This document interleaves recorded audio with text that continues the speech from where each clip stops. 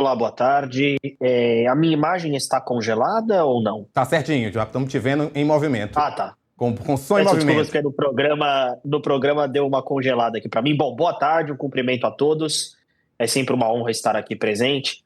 E bom, indo direto ao ponto, né? Eu vejo que, na verdade, desde que iniciou esse conflito, né, armado entre Israel, Estados Unidos com o Irã, as proporções já se aumentaram, né? Você vê que o Irã, após o ataque, como método de retaliação também, principalmente pela morte, né, do seu líder principal, Ayatollah, já fez respostas e ataques a outros países diferentes de Estados Unidos e Israel, e obviamente diretamente a Israel, embora nos Estados Unidos seja um pouco mais difícil, né, pela distância geográfica, mas teve ali um caso isolado que dizem que foi uma resposta terrorista, enfim, dentro do solo americano, mas eu vejo que o Irã, ele já, enfim, atacou outros países, seja base militar, por exemplo, dos Estados Unidos em outros países do Oriente Médio, e, obviamente, a gente enfrenta aí hoje um risco de escalada direta, né? A gente vê o envolvimento da OTAN e da Europa, então,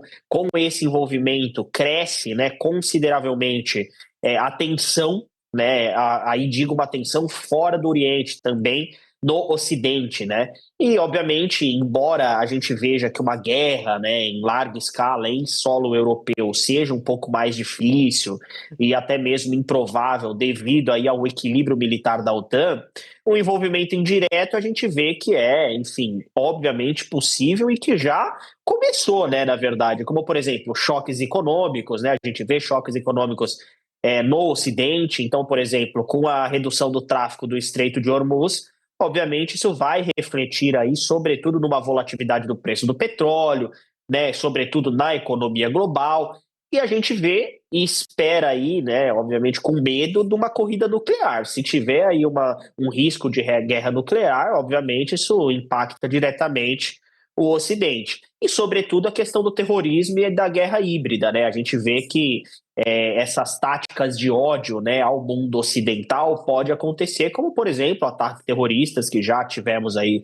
em Paris, na Espanha. Então aumenta essa probabilidade de ataques terroristas que possam alcançar o Ocidente e fica essa tensão muito grande da escalada militar que possa, enfim, culminar aí numa guerra mundial. Você acredita, então, que esses ataques terroristas é o principal risco atual de que acaba envolvendo outros países do Ocidente, além dos Estados Unidos, nessa guerra? Olha, os ataques terroristas com certeza é uma situação que pode sim acontecer, como já tivemos no passado, né? Em Paris, em Madrid, e isso causa aí um receio e uma dúvida muito grande se vai acontecer, mas a probabilidade é que possa sim acontecer, até porque foi morto um líder, né, supremo do Irã, e o Irã, como método de retaliação, pode sim, né, as pessoas que seguem esse movimento, inclusive, enfim, terroristas, né, que tem aí o apoio por parte de membros do Irã, que possa ser enviados para países do Ocidente para executar aí atentados terroristas em retaliação e resposta à morte do Ayatollah.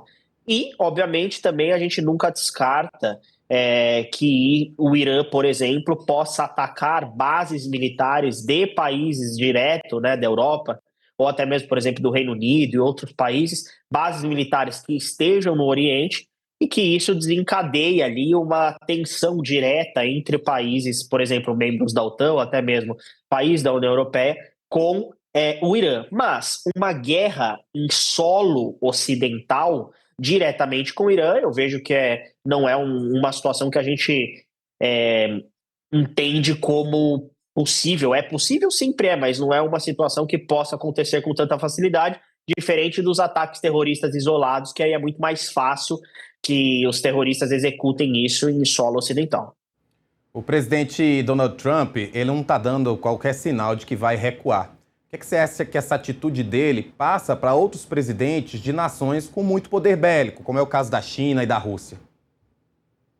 Isso é uma situação perigosa, né? Você vê que a China e a Rússia têm aí declarado como se esse ataque dos Estados Unidos e de Israel, que culminou na morte do Ayatollah, fosse aí um assassinato, né? Então eles se manifestaram contra isso e demonstram apoio desses países como China e Rússia para o Irã, o que traz aí uma tensão ainda maior, porque esses países têm aí um poderio militar, um poderio nuclear muito grande, né? Embora o Donald Trump tenha aí demonstrado e executado uma política internacional agressiva, como por exemplo teve a captura do Maduro, a gente vê obviamente que a captura do Maduro, a Venezuela não é um país que possa ali gerar um risco, como é o Irã, que é um país que tem aí uma ogiva nuclear e um preparo militar e nuclear muito grande.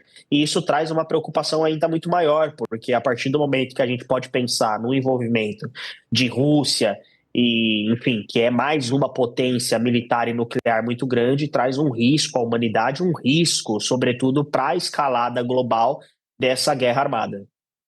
E falando ainda em China e Rússia, como é que você acha que os governos eles estão analisando esse novo conflito? Você acredita que, você já deixou claro aí que há essa demonstração contrária a Donald Trump, que tem inclusive acontecido em vários países, mas vocês acreditam que eles vão ficar quietos, não vão interferir? Olha, eu não sei se eles vão ficar quietos e não interferir. Acredito que diretamente, né? A gente nunca pode duvidar de nada, mas uma escalada ou até mesmo um ataque direto, eu acho um pouco difícil, mas a gente nunca pode descartar. Até porque a gente nota que o presidente Donald Trump, todos os meses, surpreende com alguma nova atitude que, embora tenha fins específicos por detrás, né? Por exemplo, a questão da Venezuela tinha o fim do petróleo, a questão do Irã tem, sobretudo, a questão nuclear e territorial também muito envolvida, e, sobretudo, o controle, né, do Oriente. Agora, é perigoso, sim, o envolvimento de países como Rússia e China, e isso traz aí uma expectativa muito grande do que vai acontecer na cena dos próximos capítulos. E para a gente finalizar, como é que você acha que essa guerra pode prejudicar o Brasil? Principalmente quando a gente fala sobre em relação ao petróleo. Olha, essa guerra, na verdade, não só o Brasil, né?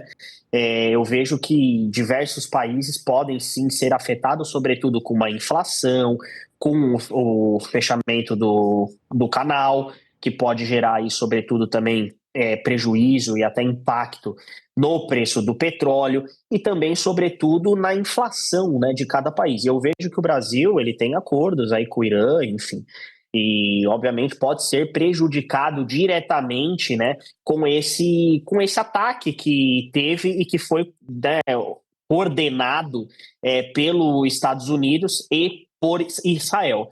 A gente vê que, na verdade, teve já uma manifestação pública, né, do presidente Lula, e os principais impactos que a gente nota aumento do combustível, inflação, preço do petróleo, disparada do dólar. A gente vê que juros e bolsa de valores também pode ter impacto, sobretudo aí com quedas significativas de investimento, a taxa Selic, como todos sabemos, a alta da inflação, né, ela, enfim, é provocada pela guerra diretamente, e sobretudo a segurança, né, de brasileiros também que vivem na região próxima do conflito, especialmente no Irã e países vizinhos, que possam aí serem alvos de míssil e, enfim, outros atentados que possam vir a acontecer nos próximos dias ou até mesmo nos próximos meses.